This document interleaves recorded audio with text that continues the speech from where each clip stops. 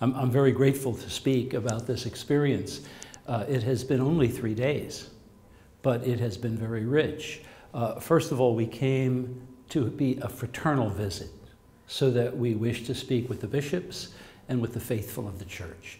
And we really had a very good opportunity to meet with the bishops, not just shake their hand, but to hear from them and to speak from the heart, to pray with them. And so that has been a very, very rich experience.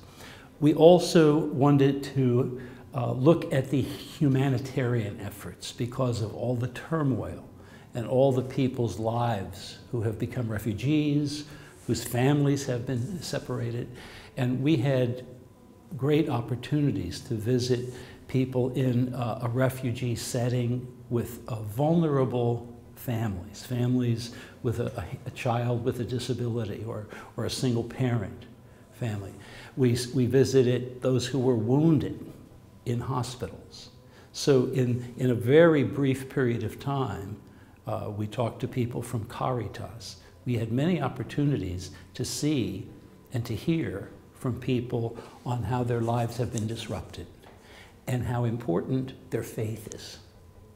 We also had the opportunity to walk with the people of Ukraine, to speak with the Prime Minister and others, not because we want to interfere with the politics or of the land.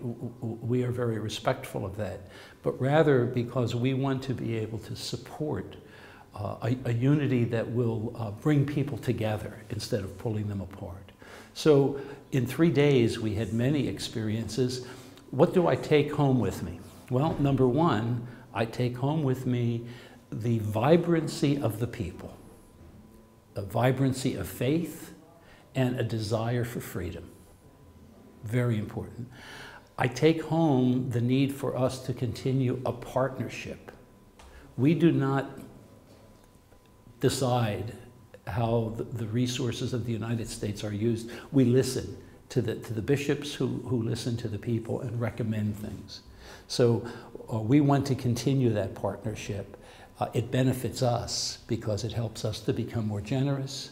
And of course, in the United States, we have many people whose families have their roots in Ukraine. So this is very important to us. Well, first of all, when you watch something on television, it's distant. When you come and sit with someone or walk with someone, it puts a face on the situation. I walked into one of the houses of a woman whose husband had left her. She had 2 children, one child who has Down syndrome. And this child jumped up. I went to shake his hand and he jumped up and hugged me. And so you cannot speak distance when you have that kind of a reality. So I touched the hearts and saw the lives of real people.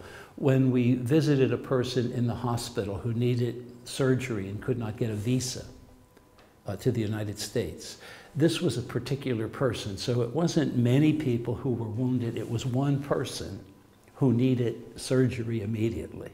So that brings back the human element. And so I go home with not just knowledge in my head, but I think knowledge in my heart. This is my first visit in Ukraine.